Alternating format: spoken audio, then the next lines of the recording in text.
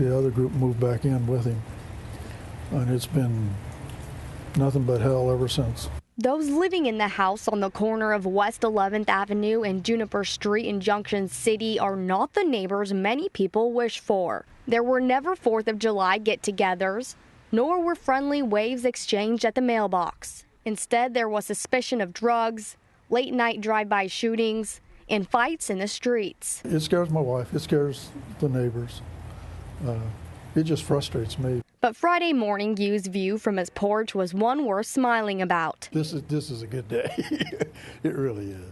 The Junction City Police, along with the Lane County Sheriff's Office, arrested 5 people living in the home on methamphetamine-related charges, and some specifically for distribution. This is a pretty common knowledge amongst the citizens in Junction City that this is a place where you come to get methamphetamine. Masks covered the faces of many of the investigators for fear of meth exposure, but also because of the living conditions. What law enforcement found inside this house is pretty disturbing, and they say it is no place for a child. 3 kids were in the house at the time of the raid. One was dropped off for a sleepover.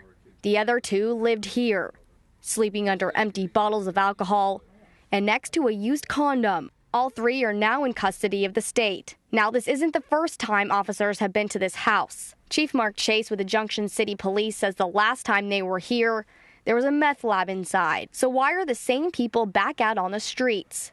Chief Chase says it's the lack of prosecution. Years ago, when I first started, 1 arrest would be enough to hold somebody and they'd go off to jail or to prison.